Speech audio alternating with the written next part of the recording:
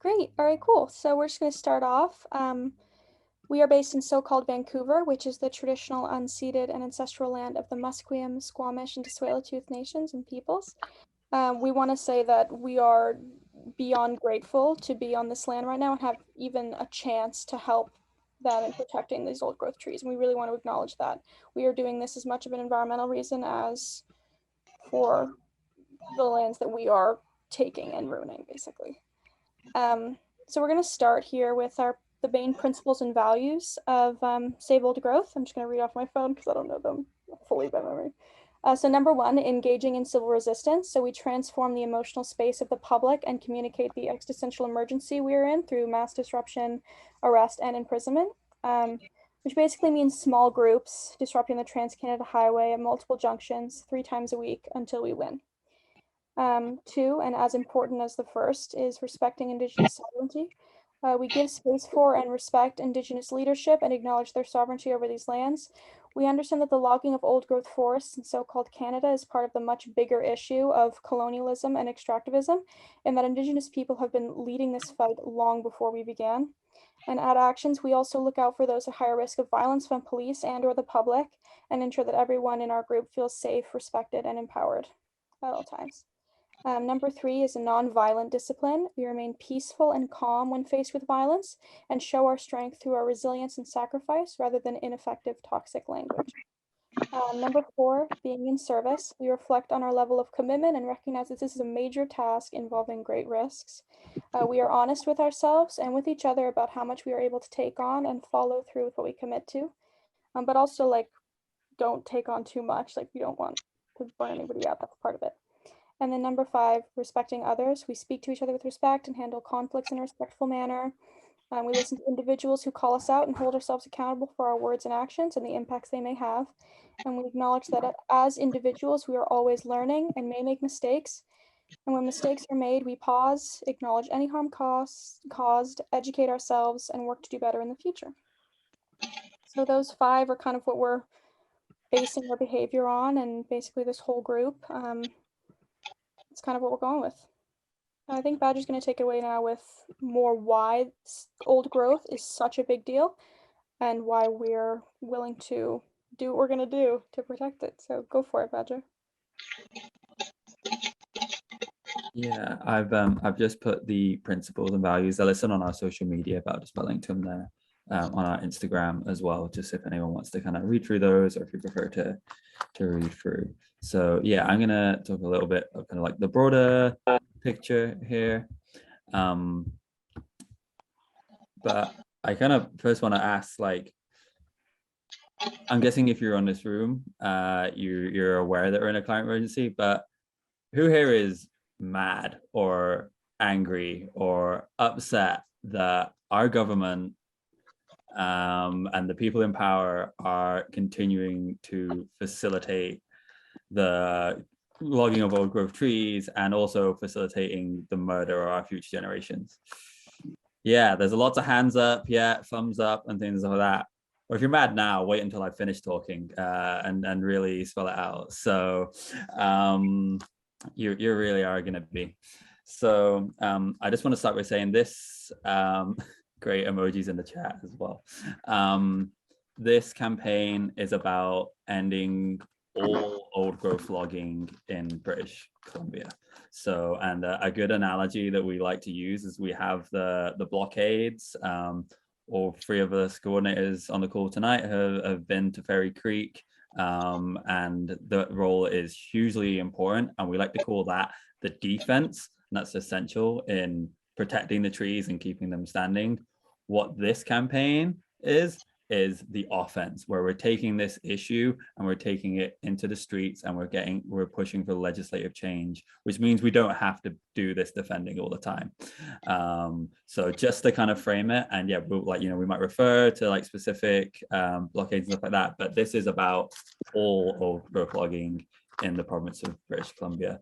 And actually this campaign, because it's on Trans-Canada Highway, can expand across the whole of what we now call Canada, but the demand is around British Columbian things, but there's always room for this to grow afterwards. So just wanted to set that as the kind of the basis of what we're doing here.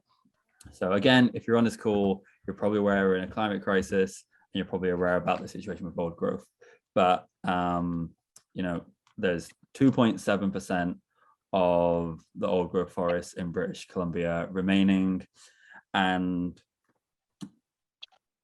an analogy we like to use is that for the last 30, 40 years, the government has been pumping a poisonous gas into the Earth's atmosphere, which is choking us all. And these trees, as well as being incredibly important for local ecology, their history, the cultural importance, these trees are the lungs for us that filter out that gas. And our government is not only continuing to pump more of this gas in, but they're now also trying to cut down these trees as they have continued to. And there's a quote from the Sir David King, who is the chief scientific advisor to the UK. He's now retired, so he can say what he truly feels. And this is a quote from him, and is that I believe that what we do in the next 3 to 4 years will determine the future of humanity. And he's one of the top scientists in the UK, world renowned, things like that. And he's saying what we do in the next 3 to 4 years will define our species kind of future here. And what that actually means for us, because that's in terms of what the government does, if we're to get our government to act, we essentially need to, what we do in the next 6 months to 1 year, because it's still going to take them time to act once we get them to do it. We have 6 months to 1 year essentially to get things moving on this. And that is because the government has been lying to us. We've just seen COP, we've seen all these conferences, and they say, you know, we're going to do these things to try and keep it below 2 degrees. Well, that is a lie. And if anyone says anything about 1.5 degrees, especially, or 2 degrees, that is a lie. There isn't a single scientist at COP who thought 2 degrees is possible. And actually back in Paris in 2015, there wasn't a single scientist who thought 1.5 degrees was possible. And yet that's been the rhetoric that the government is pushing. So they're lying to us and they're killing us. So that's another reason that we're pretty mad. And so we're locked in for 2 degrees. And that is because of something called carbon lag. And that means all of our emissions for the last 30 years, it takes time from when the carbon is released for it to actually have a heating effect. So for the last 30 years, all of that emissions that we've had still is going to come into play. And with that, even if we do everything else right, that is going to lock us in for 2 degrees. And when we think about 2 degrees, this is again the thing where they're lying to us and not really telling us the full picture. 2 degrees of global warming average is actually 7 degrees inland in continents. And at 7 degrees, almost all farming becomes unsustainable. That's grain, fruits, vegetables, all those things are going to be incredibly difficult to do. And then what we know from historical precedent, this isn't us doom fearing, we've looked at the history, is that when there are food shortages, this leads to war. This leads to famine, it leads to violence, and it leads to mass starvation and death of millions of people. And also those people are going to want to move from where they're going. And this isn't going to happen all at once and stuff like that. This is going to cause more mobilization, which leads to even more conflict. And it's not something that's going to happen elsewhere. And it's just, you know, wars is kind of shown in the movies where it's just affecting the soldiers that go off. And again, to use some context, the war and the conflict that's happening in Syria right now, that was in part caused, or at least escalated, by the fact that there were food shortages caused by drought in the area. And we've now seen that conflict, the spillover from it. It isn't just soldiers, because that there is that's affected the whole society. And, you know, an increasing number of the casualties from that conflict are women and children. This is something that we have to not look away from, as difficult as it is. The end of and collapse of our civilization, as we use in light terms, is incredibly messy, incredibly painful. And that is what we're facing with what our government is doing. And all of these things, you know, we might think, again, it's in a distant future, but it's already happening now. We've seen this year, last year, the fires, the heat dome, the floods. You know, hundreds of people have unfortunately lost their lives. Thousands of people have lost their livelihoods and had their lives kind of turned upside down. And this is always happening sooner than we think, sooner than the predictions say. And then, you know, these new predictions come out and like, oh, it's going to be bad in 10 years time. But they said it was going to be bad in 20 years time 2 years ago, and now it's down to 10 years. So it's going to be sooner than we think, and it's going to be worse than we think. So I think that really comes back to that quote of we have 3 to 4 years left to save humanity.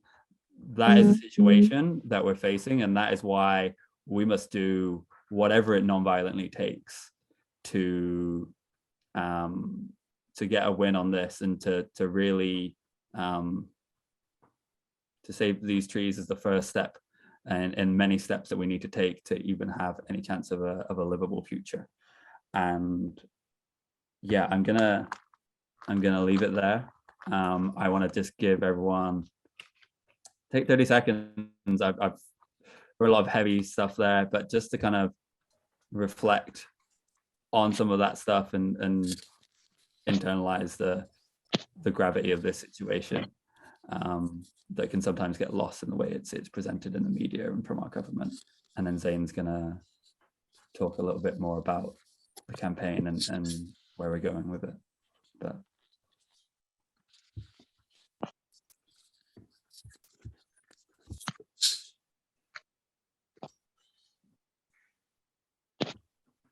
and if anyone feels really desperate to kind of share any of their emotion, then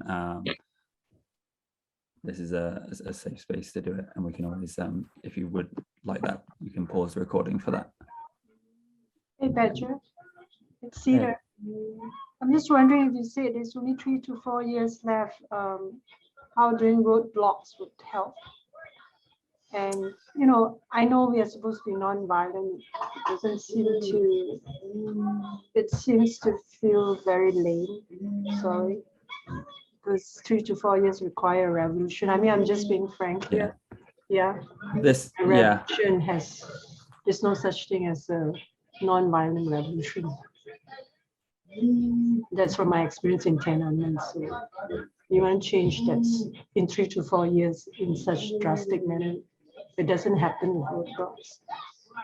So I will say my part of the talk is a bit of the downer part, and is necessary. And then Zain is gonna hopefully lead us from this space of grief, which is what it is that we're experiencing, to a place of action. So, and he's gonna talk about the kind of design of that and historical precedent of how revolutions and change has happened in the past. So, but no, it's a tough situation, and you know, it's shit. Like, I don't want to be doing this, but I'd rather be snowboarding, if I'm honest, or, you know, enjoying my life somewhere. But we're here, and this is the situation we're in, and thank you for being here.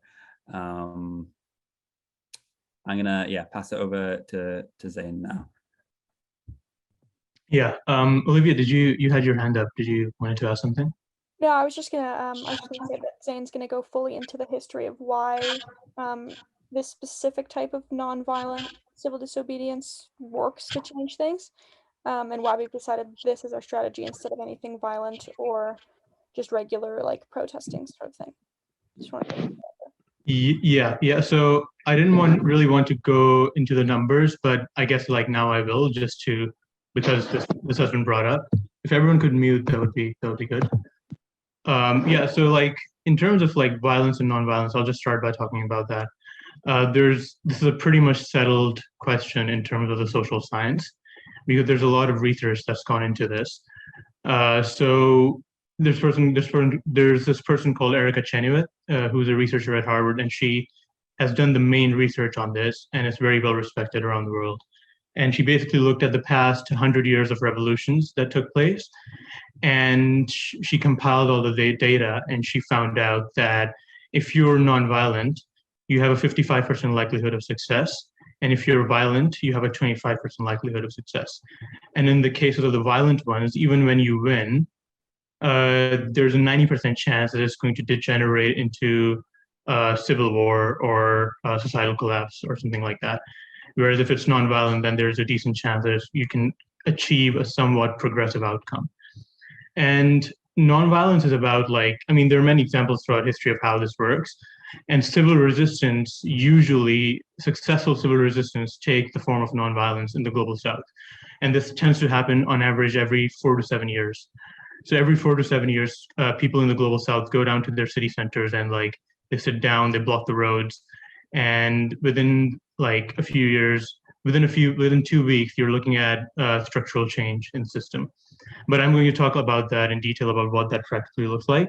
So I'll mainly be just talking about some of the stuff that's happening around the world right now that we're inspired by, and the historical sort of model that this is based on, which is that of the Freedom Riders. And the starting point is to recognize first that you don't petition genocidal governments. You don't do a march when you're faced with a genocidal government, and you don't do banner drops when you're faced with a genocidal government. Not only because it's strategically impossible to win by doing those things, but because it's morally inappropriate to do those things when you're faced with a genocidal government. Because as Badger said, the earth is literally a gas chamber. We'll rely on certain gases to survive. And for the past 30 years, the elites have known full well what the consequences are of climate change, and they've been putting a poisonous gas in the atmosphere. So if there were people if there was a plan to kill UBC students by putting a poisonous gas in the atmosphere, because some people could just make a lot of money out of it, we wouldn't still be marching and doing petitions and doing banner drops, right? In fact, we would be outraged by those practices. So what this strategically looks like, the solution to this is what's happening in the UK right now, for example, is that the historical model is that you first need a win in order to actually get to a place where you can have a revolution, especially in a time when society is repressed and people, especially in a place like Canada, where there's a lot of sort of social and emotional repression, where no one is telling the truth about how bad it is. No one in the media, no one in the climate change industry, especially. And that's what we need to remember, is that it's very easy to point our fingers at the government and to yell at them and to get angry at them.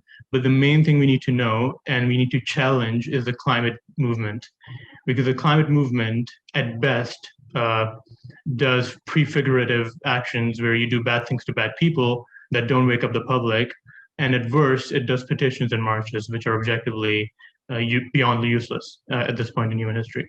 So the historical model of the Freedom Riders is that you do something that creates tension in the community and that creates drama in the community, and it raises the stakes of that drama and tension to a point where it's impossible to ignore that issue anymore. And so with the Freedom Riders, it began with 4, 10, 12 people, and they decided that they were going to sit on buses and go down to Alabama.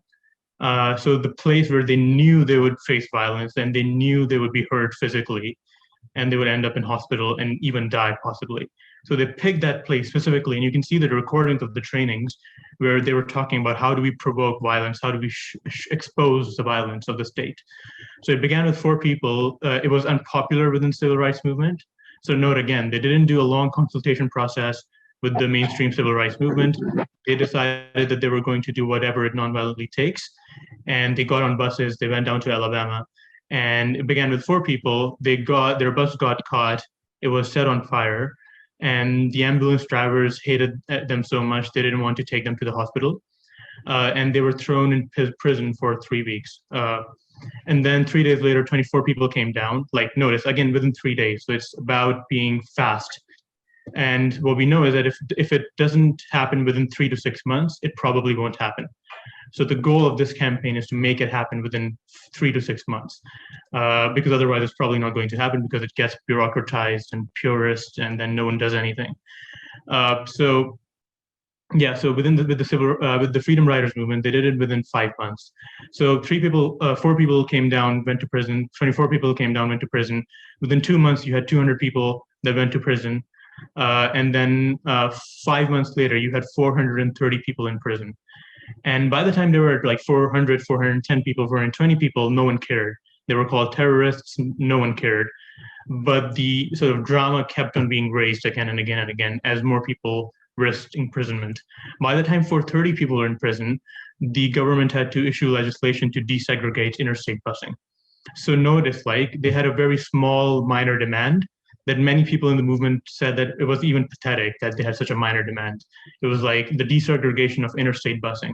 But the reason why they did that was because they were being strategic.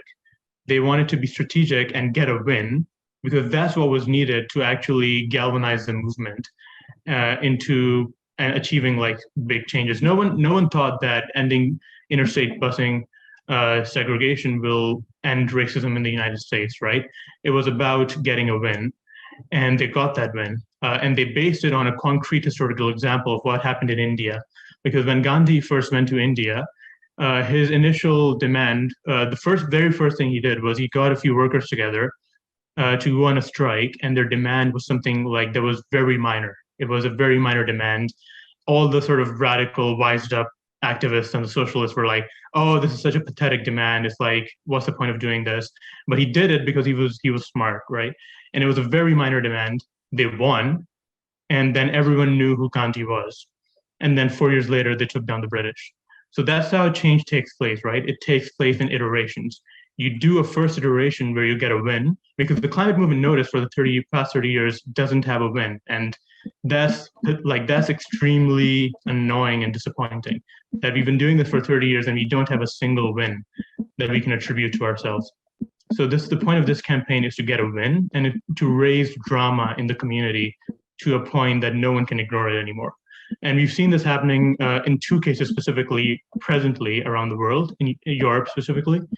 So in Germany, we have this group called The Last Generation. So this person, some of you may know him. His name is Henning. Some of us have been on a call with him. I was once on a call with him. He was calling in from a hospital. So basically what he did was he got a few friends together, and they decided to do an indefinite hunger strike. And their demand was to get government officials, the main political party leaders, Christian Democrats, Social Democrats, all of those people, to do a public Zoom debate with them. That was their demand. It was a very minor demand, like 1 hour public Zoom debate. And they decided to go on a hunger strike. They did it for like 2 weeks. No one cared. They did it for like 20 days, and they started getting on the local papers, and the press started getting worried. It was like, oh my God, like 20-year-olds are on hunger strike and they're not going to eat no matter what.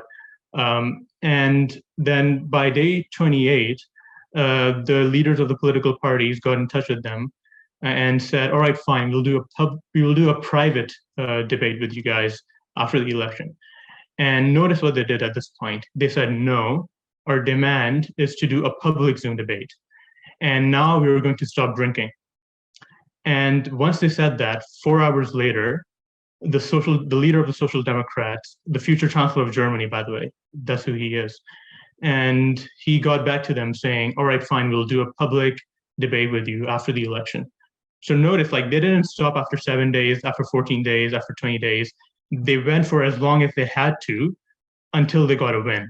And that's the historical principle that we need to keep in mind, and that the workers figured out in the 1850s, is that you don't do a strike for 2 days, you don't do it for 1 week or 2 weeks, you do it for as long as it takes until you win.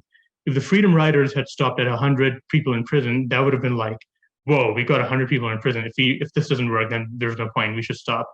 They didn't stop when they were at 200 people, at 400 people. They went on for as long as they had to until they got a win.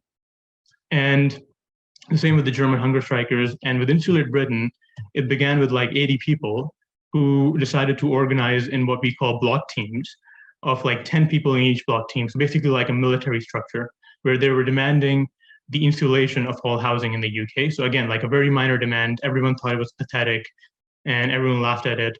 Like, it began with 80 people. They divided it up into like many block teams of 10 people that went on the different off-ramps of the M25 highway, which is their version of like, this is the closest thing they have to the Trans-Canada Highway in Vancouver and Victoria. So they started disrupting the M25 highway day after day, 3 times a week, simultaneously at many different off-ramps, and 500,000 people, because of that, were unable to get to work every week. And every single day, they were on national television where they would tell people the truth. And they would say, tell people, you've got 3 to 4 years left to save humanity. We've got 3 to 4 years left to save humanity. And they were hated by the press, and they got national attention every single day. And the people would come up to them on the roads, the spokespersons, and they would ask them, what's this about 3 to 4 years? So it was a democratic process by which they were communicating the truth to the country. And it's only in a very superficial democracy that you go to the ballot box once every few years and you vote. In a true democracy, you non-violently disrupt your community to tell them that you're faced with a genocidal government. And that's what civil resistance looks like. And that's the historical tradition, is that you don't change society by doing bad things to bad people, like doing something at a sawmill or doing something at a corporation. As good as those actions are, and I've been arrested for some of those types of actions, but that's not how you change history. That's not how you change society. You change society through public disruption and by being the most hated group in society. Martin Luther King, when he died, had a disapproval rating of 75%. Like when he died, he was the most hated man in America. The suffragettes were the most hated people in their country, right? That's how you change history, is that you become the most hated person in history. You non-violently disrupt your community. You become the most hated group in community. And then 10 years later, people look at you like you're the suffragettes, right? Because as I think Brent, I don't know if Brent is on this call, but like one thing he said was the closest thing to, what was it? The closest thing to love is hatred, right? So that's how you change the mood of the country. This is about transforming the public mood, because otherwise we won't get a win. Like the NDP government is very used to something like this happening in the forest every few years, every decade or so. It's like just another political issue that they have to deal with, and they can deal with it through their press teams and everything. But they can deal with it if 500,000 people are unable to get into downtown Vancouver because the Trans-Canada Highway is being disrupted by people. And with Insulated Britain, what we saw was that by Halloween, people were dressing up as Insulated Britain people with their weird high-vis vests. That's how much of a cultural phenomenon it became. So it's about bringing it to people's households. You want people to be coughing over their breakfast tables during the morning, listening to Early Edition, because it's like they're being stopped in the traffic for like 30 minutes, 1 hour, because people are telling them that their kids are going to starve and they have to do whatever it non-violently takes to bring attention to this issue. So we've sent out a formal demand to the British Columbian government a few weeks ago. We gave them an ultimatum. We gave them the 9th of January as a final date by which they have to end all growth logging. And if they don't do that, on the 10th of January, we'll start disrupting the Trans-Canada Highway. During that process, we'll keep building block teams so that by the end of January, we have many block teams that are disrupting the Trans-Canada Highway at many different off-ramps during the morning rush hours. And in February, we're going to pause for a month to do recruitment and talk. So we're going to have 5 to 6 speakers who do 2 public meetings every week to recruit people to basically fulfill their legal obligation, which is in the present context is to bring down the British Columbian government. Because the historical tradition is that when the government breaks a social contract, you have the absolute legal obligation to bring down the government. And it's entirely possible to do it non-violently, because the system has a threshold beyond which it cannot take more disruption, whether it's reputational disruption or material disruption. So for example, in the UK, the Metropolitan Police, our sympathizers in the Metropolitan Police and people in the courts have told Extinction Rebellion and Insulated Britain that the threshold there is 3,000 arrests in 2 weeks. So they know that there's a concrete point now in the UK where they can achieve systemic change. Because after that, there's just too much of a policing cost, it's too much of a reputational cost, and it's too much of a cost to the courts. So you're disrupting the courts, you're disrupting the police, you're disrupting the reputation of the government. And recently we did the thing in Vancouver called the October Rebellion, where over 2 weeks, 55 people got arrested. And by the end of the year, the police basically told the city council that Extinction Rebellion was costing them too much money and they wanted an increase in the budget. And then the mayor's office contacted us because he wanted a meeting with us. So notice, like, they don't care about it until it's just too much of a cost. So you're not convincing them to do something, you're not asking them to do something, you're forcing them because it's too much of a cost. And it won't take anything less than disrupting the Trans-Canada Highway and maximizing disruption at the Trans-Canada Highway in order to get a win on this. And as Badger said, I think if we can't get a win on this, we can get a win on anything.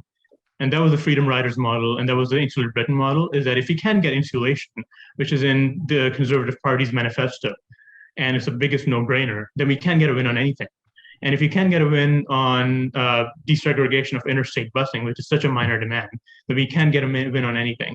And if you can get a win on old growth logging, which is in the NDP manifesto and it's in their election promise, then we can't get a win on anything.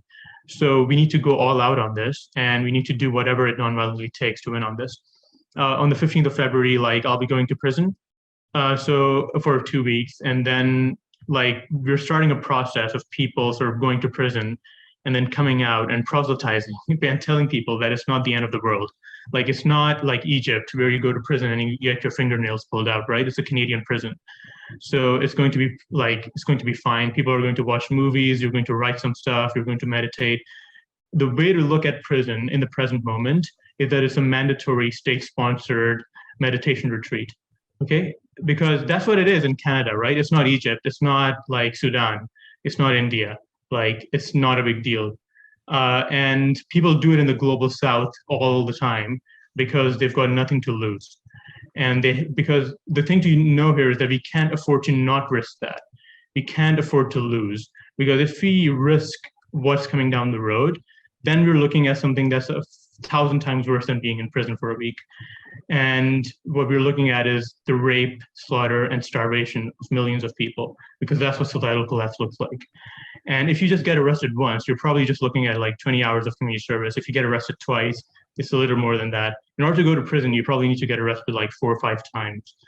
And yeah, so when we're faced with genocidal governments, as Hannah Arendt said in 1934 when she went to France, was that when you're faced with the Nazis, you've got 2 options. You can either be complicit or you can either enter into civil resistance. You don't have a third option. Like, there's no third option. When you're going, if you cross your street every day on the way to work, and you notice this house that you always found suspicious, and one day you found out that people inside the house are being abused and tortured, once you know, you are complicit or you stop it.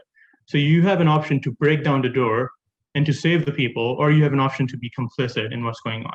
It's a very bad option to have, and it feels really horrible to say this to people, but that's the reality of when you're faced with a genocidal government. Either your options become binary. We can either enter into resistance or we can be complicit.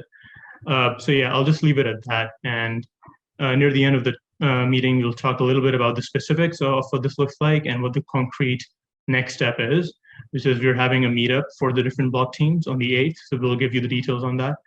And we'll have a legal training in 5 minutes.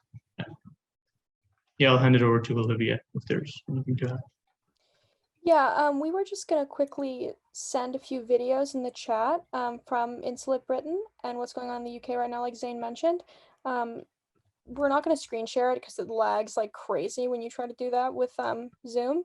So if we want to send that in the chat real quick, you can take a look right before we start our legal training, which is basically gonna be an in-depth kind of like question.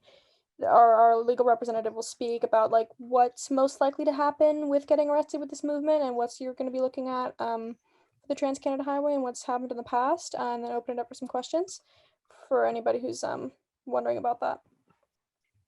Yeah. Okay, cool. Yeah, I'm gonna share this now, and then maybe this is a good time if people want to go for a quick bio break or a stretch, get some water, and then we'll have the legal session after that. And I'll put these in the chat now.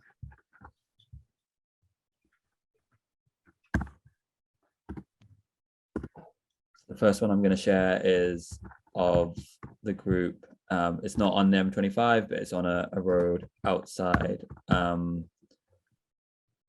It was when a few people had been arrested, so they put it outside the court. But you can just see the complete commitment to non-violence when they're being kind of having people in their face and dragging them off the road. So one there, and then I'll share another one of one of the interviews which they did on national television. It's quite a long one, so you might not watch the whole thing now, but watch clips of it.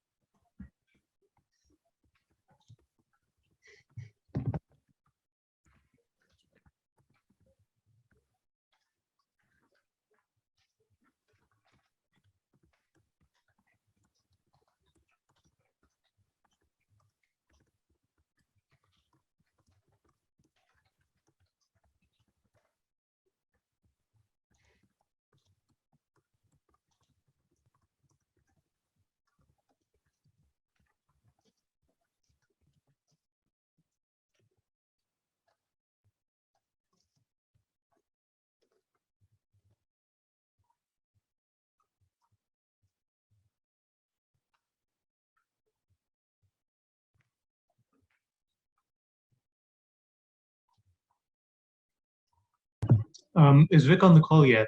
Can you see Vic? That's the lawyer. He said he would be one or 2 minutes. Sorry?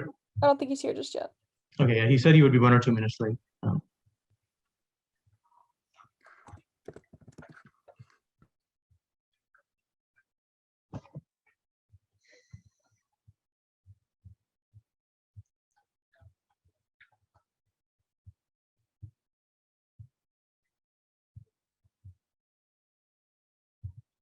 Real quick before he gets here, I'm happy to answer Sarah's question in the chat, which was above here. Hold on. I think it was why we're doing the Trans-Canada Highway instead of railroads. Two reasons I think I'd say. First one, and the biggest one, is that it's so much more involved with the public. It's so much more about transforming the emotional space of the public and creating a bigger fuss. I think what we're trying to do is clog everything as much as we possibly can, and while still getting publicity for it. And frankly, like, railroad tracks, while they are a big cog in the machine of this country, aren't as big as disrupting societally that we want to, I think would be my answer. And then two, there's also an injunction on the railroad track right now, which wouldn't stop most people and it wouldn't stop us, but that also sucks. That's why it's difficult to do stuff like that in the city, and as well as with the ports of Vancouver. I don't know if eventually we'll get an injunction on the highway. Debatable. However, right now that's kind of where we're at with railroad tracks. Thank you for your question. Zane, go for it. I knew you just had something to say. Yeah, just a point on that. Like, there is an injunction now at the M25 highway in the UK. So they were blocking the highway so often that the Minister of Transport had to get an injunction, and that resulted in a backfiring effect, which is, I forgot to mention, was that people were so outraged by the fact that they were stopping people from even getting on the road to protest, that the following few days later, like 200 people broke the injunction, and 100 people are now potentially going to go to prison. So 9 people went to prison. That triggered 100 people to go to prison. So it's exponential how it works. Yeah, that's all. And just a reminder, we are waiting for our legal representative to get on the Zoom call. He said he'd be a few minutes late. We could also open if anybody else has any quick questions right now until he gets on the call. Just feel free to like raise your hand or put it in the chat or something. I think there's one from Hummingbird in the chat. Okay. So someone who's under temporal residence visa or permanent visa can do it. So I can say that both, I'm on a working holiday visa and Zane is on a student visa, and I've been arrested 3 times and Zane has been arrested 10 times. So that is a personal decision, but that isn't necessarily a barrier.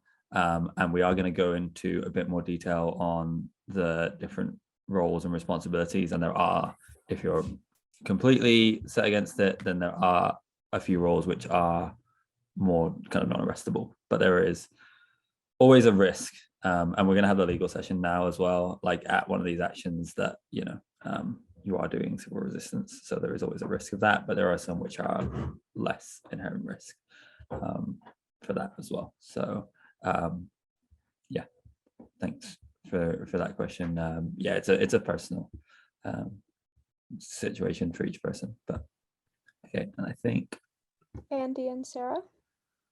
Andy, you want to go first? I think I saw your hand up. Okay, hey, thanks. Yeah, just considering several times in the past when we wanted, to block the highway or block the bridge, and this, and it's normally a great pattern of meeting beforehand and circling up and going over some principles. And then by the time we go there, they won't even let us get on the road. Mm-hmm. Is there any consideration that we would sort of meet digitally, I mean, through Signal or something, and then just sort of show up so we surprise them more? I mean, how do we get around the police not even letting us get to the point where we can block?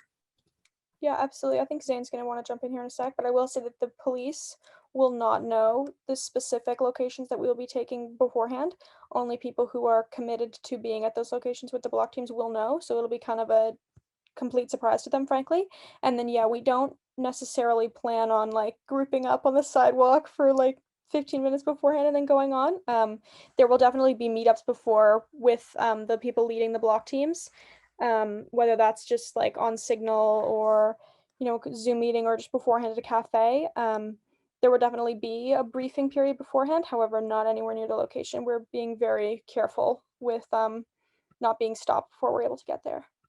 And just so everybody knows, we are not walking onto like the 6th lane or whatever it is highway. Our strategy is going to be doing off ramps, which is going to clog the same amount. Where there are, we'll talk about this more later, but there are crosswalks we can press to be able to go on safely where the traffic's already stopped and then just sit down. That is also something I should mention. Zane, go for it. Yeah, so I just wanted to mention, because Vic is on now, he requested that we don't record the legal training for some like legal reasons. But yeah, so we can pause it during the.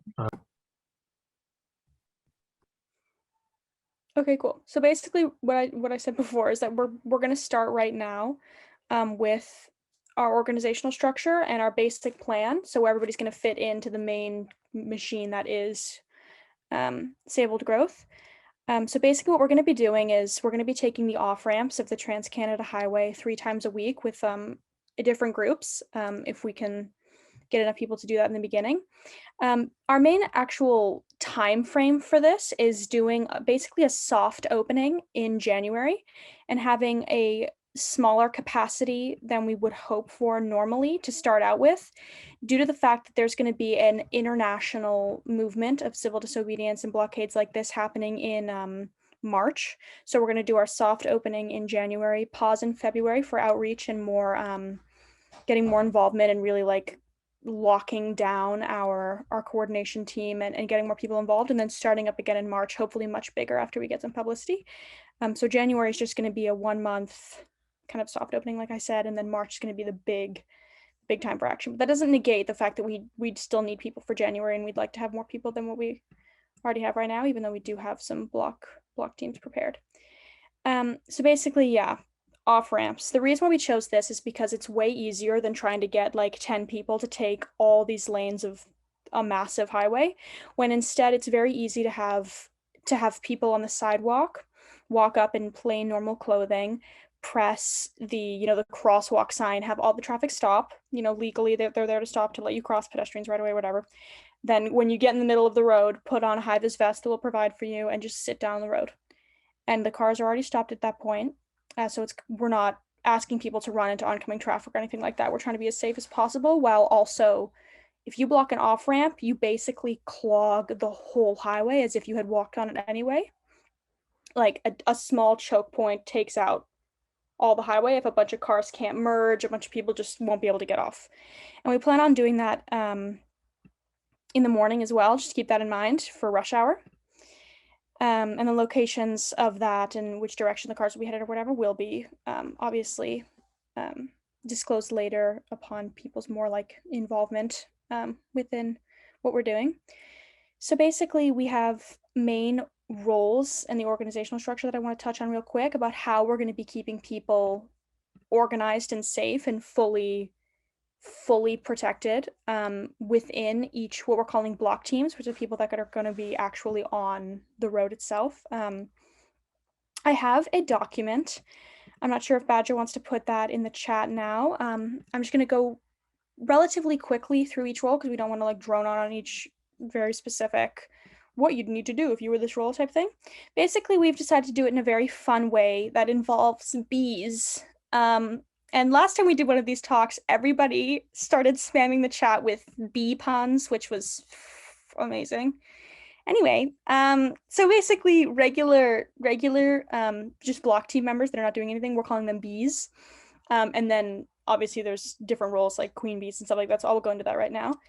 So basically, there's going to be about 5 to 10 people per block team blocking the road. With the main group coordinator of that team, which is not necessarily going to be one of us. This is a separate role from what like an actual coordinator that you're talking to, like me right now on this call. So that is the queen bee, which is the leader of the block team, ensuring the action's done smoothly and safely. Basically, the main roles here would be communication linked to the coordination team, which is us, coordinate block team meetings, ensure the block team has come to an NVDA training, basically you are responsible for the team. If you're a good leader, if you know that you can stay calm under intense amount of pressure while also caring for yourself and others, this could be something that could be really great for you, and you're ready to take on that responsibility. Basically knowing what's going on, where it's going on, and everything you need to know about it, make sure everybody else knows that too, to have everything be done smoothly and safely, and then take responsibility for people on the road as well. Then there's the deputy queen bee, who is basically the backup queen bee. The queen bee's right-hand man is basically there in case the queen bee can't make it. This might be a person who's not necessarily super ready to jump into a leadership role. Maybe they're not experienced enough in civil disobedience. Maybe they want to watch somebody else do it first. But somebody who would like to do that in the future, and who wants to be there and be a leader in this, and has the capacity to take on a role like that, but maybe just not right now. This would be a really great role for you.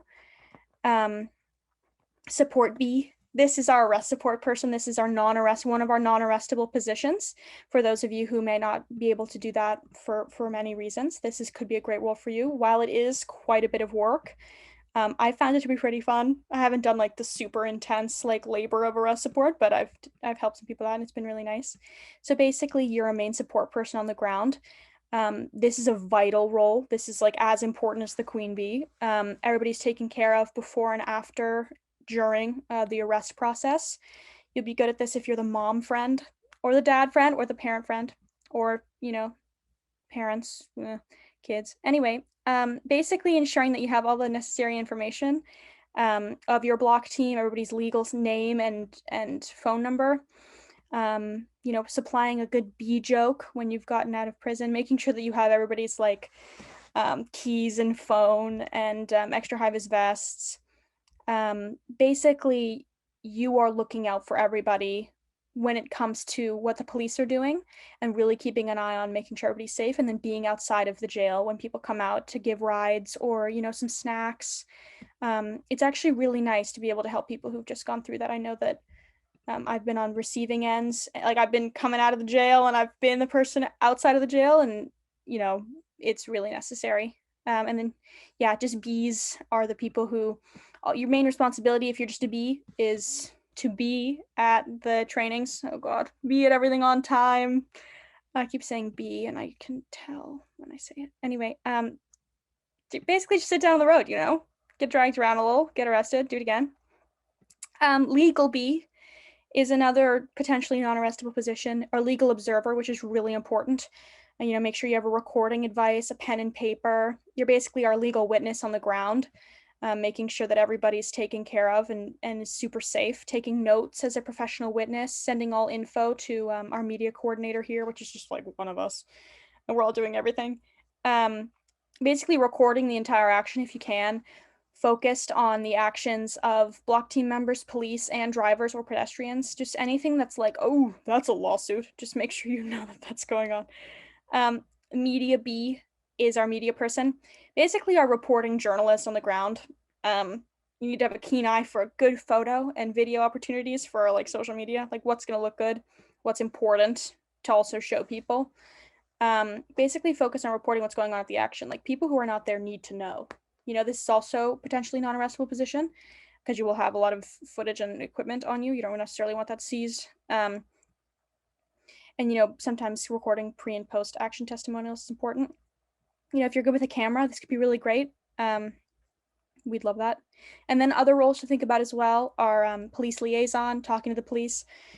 The reason why we do this is because we've been asked by the host nations here whenever we have an action to make sure that the fire department and the ambulance service and everything like that know what's going on. And if we tell the police, they're able to coordinate with them to make sure that people who are people who are needing the fire department or the ambulance are able to reroute around us, and they know ahead of time kind of what's going on. Even though we're keeping the location a secret, they'll know like the day that it's happening and that it's going to be on the Trans-Canada Highway. Plus, you're not going to see too many ambulances and fire trucks in that location anyway, but that's why we do it. I know talking to police, it's a sensitive topic, but only the police liaison has to do that. Somebody who's certified in first aid, quite a few of us are, in the coordination team. So, and arrest support and stuff should probably be first aid, but if you don't, that's cool. And then de-escalation, people who are good at calming other people down, even if you're just a B, that's really great to have. And then there's some people who are good at press interviews. We need to. I've done one once, scared the shit out of me. There was a massive camera. I was like, oh, I'm breaking the law, but I'm doing it because it matters. And I was so scared. I had to have a friend of mine stand behind the camera of the person interviewing me, giving me like nods every 2 words I said because I was so scared. But eventually it was okay. I ended up being fine. And then some extra support if we have it, if you guys like want to give it to us. I don't know, people hanging banners so that they know which, thank you, Starling, I love you. Sorry, he put a heart for me. Anyway, people hanging banners over overpasses so people know why we're blocking the road and stuff like that. You're really welcome to do that. It's less important, I'd say, of a role, but any support is good support. Yeah, so that's basically how we are structuring our teams, what we're going to be doing. And then after this, we're going to get people, if you'd like to be more involved and you would potentially even like to get a role and really, really work towards being a big part of this, we're going to set everybody up in signal groups based on location and then put you all in the main chat of our group as well. So that you're kept updated. Yeah, kept updated on like what we're doing and what's going on and next steps like that. And yeah, I think that's it. I think we're good. Yes. So I think right now, Badger, correct me if I'm wrong, we're going to be putting people into breakout groups per each location that they're in to get them in the correct signal group chats and further on their way in Sable Growth, right?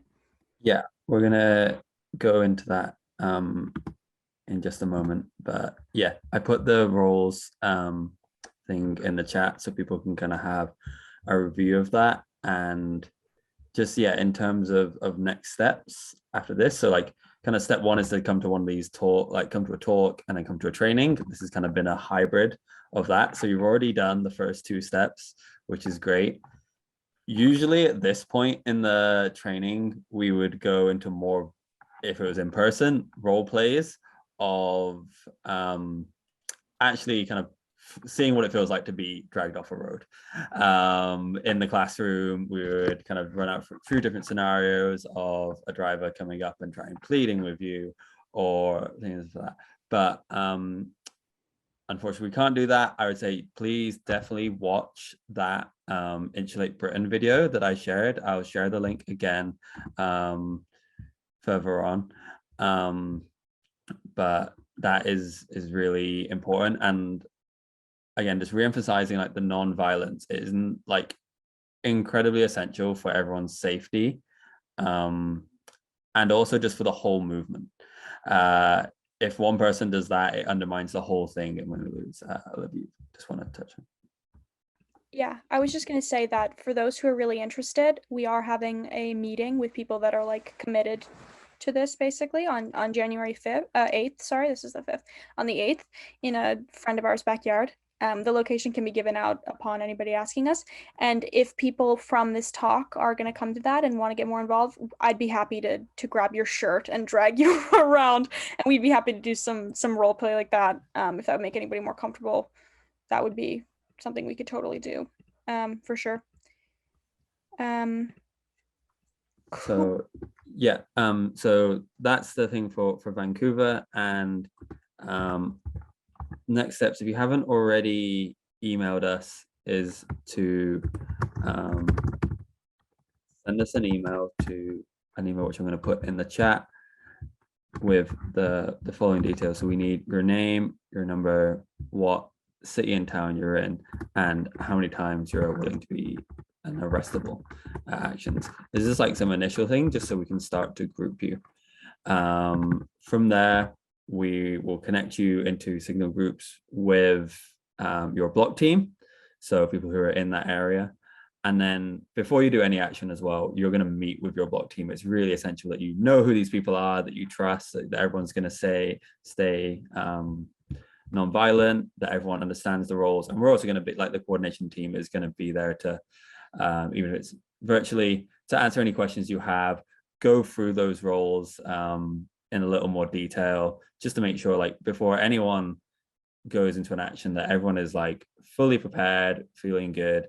And we'll also have like in that thing, we have like a full-on document which is a run through of how an action is going to run down from meeting 15-20 minutes before right through to when someone's coming out of jail. We've kind of got all that out. So like just want to say that this training is super important, but like it isn't just this and off you go. And with this whole thing is that we are a trained movement. It's not just we're posting actions where anyone can come up. This is organized tactical civil resistance.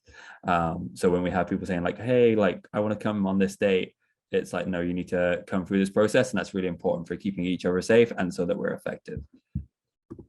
So Really quick, Badger, I'm going to also say that if you want to DM us on Instagram or Facebook with the same information, that's great. It's just Save Old Growth. I'm going to put all of our social links in the chat now as well, which I've got here. And then I can set up some breakout rooms. Yeah, so we're going to put you in breakout rooms based on your location, if that's cool. I'm going to do Vancouver.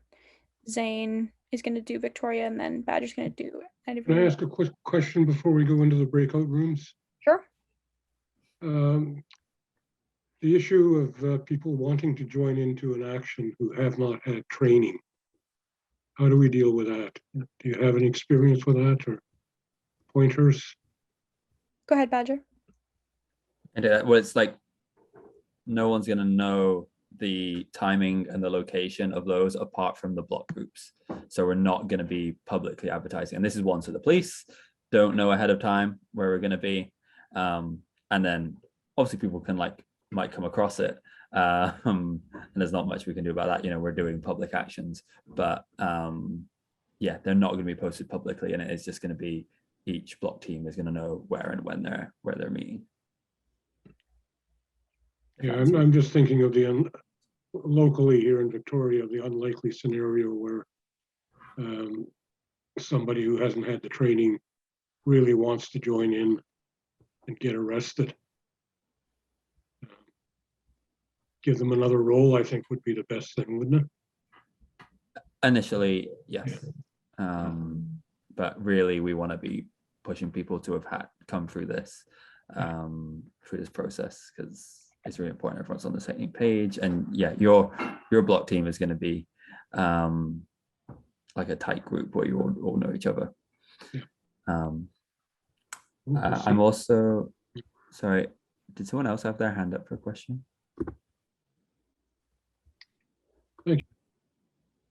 Hi, I did. Sorry.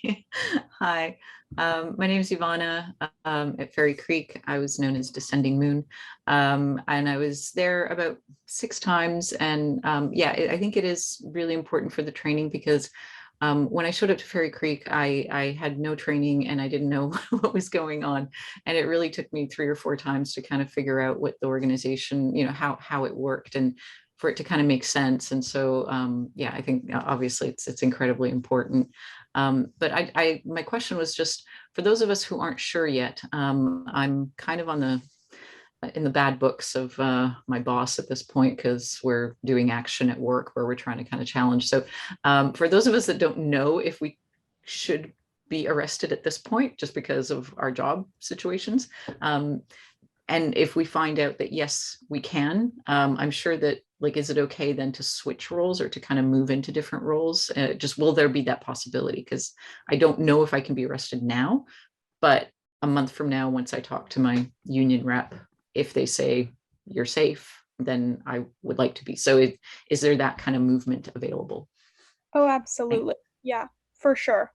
If you wanted to do an arrest support or a media role now, that would be amazing. And then of course later on, like, we're always changing things up. Like, as long as you've gotten a bit of training on each role and you know what's going on, or maybe you've talked to somebody who's done it before, or we could talk to you about it and see how you feel, then absolutely. Yeah, I know I'm going to be doing like 5 things. I'm already doing like 6. So yeah, that'd be really great. And for those who aren't super like committed to this yet and want to see maybe how we do or how it goes, we can always add you to the main general Signal group chat so you can see what's going on.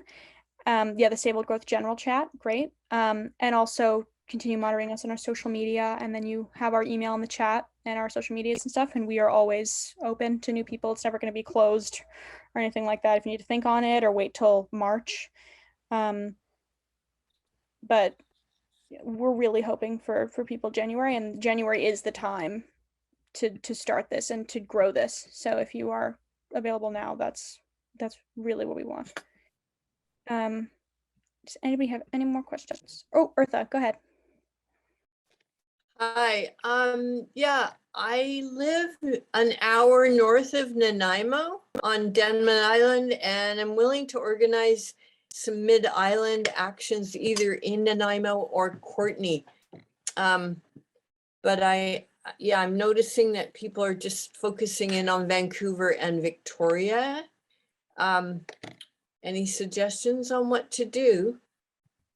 Badger, go ahead. Yeah, I can touch on this. So that's just where we are initially.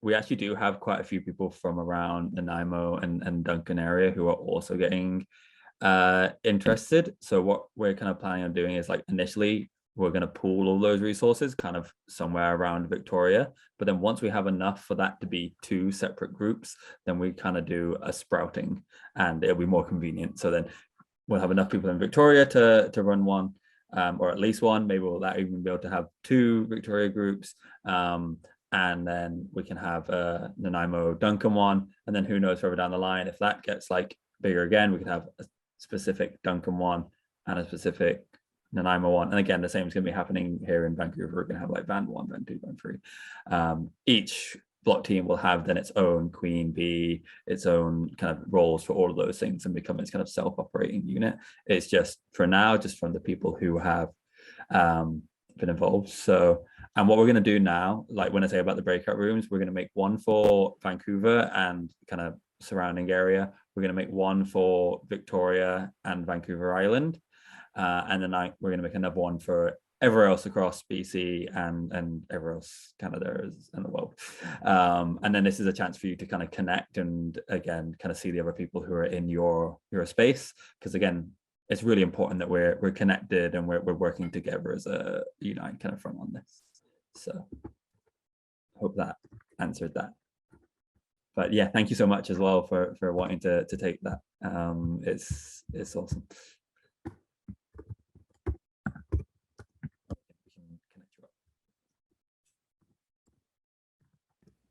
And if you haven't put your location next to your name right now, that would be a great time. Or else if you don't, we can just put you in the outside of BC, kind of outside of Vic or Van general area too, if you feel more comfortable with that.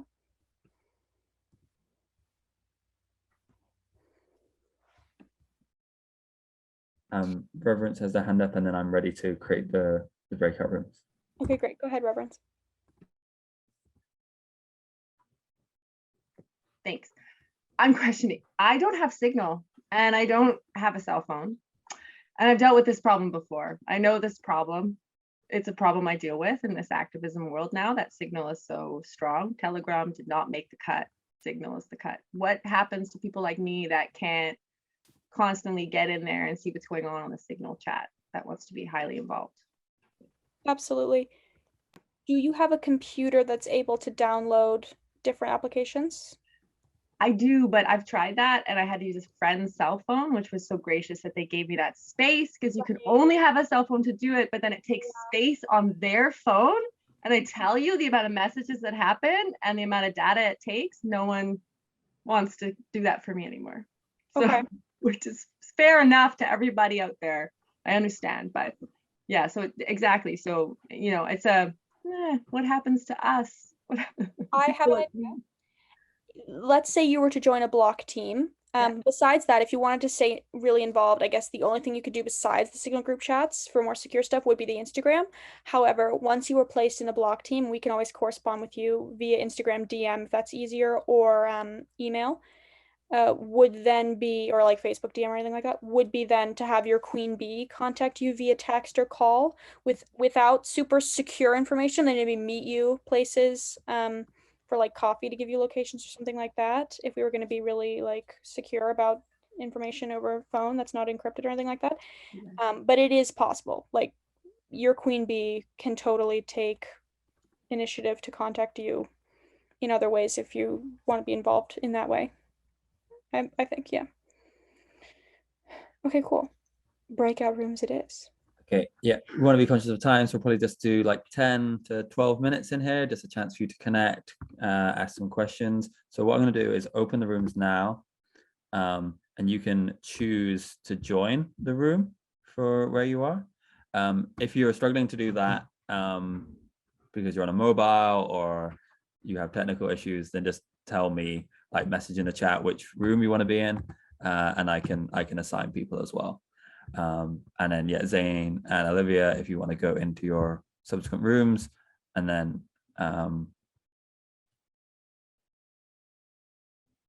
Starling, if you're able to go into everywhere else for now, I will join you in there.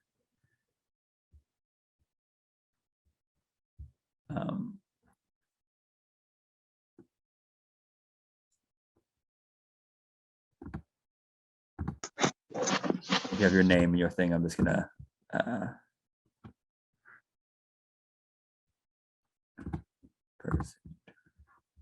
yeah, if anyone wants to just message me or just unmute yourself and be like, hey, I want to go in this room, then I can put you where you need to go as well.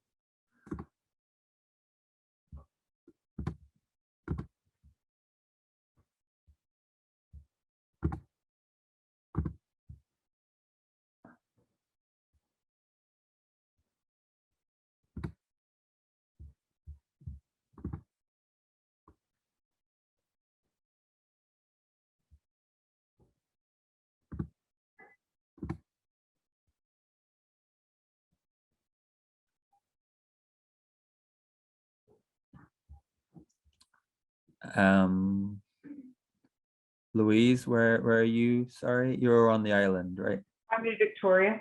Okay, I'm gonna add you to that one. Michael, did I see in the chat you're in California? In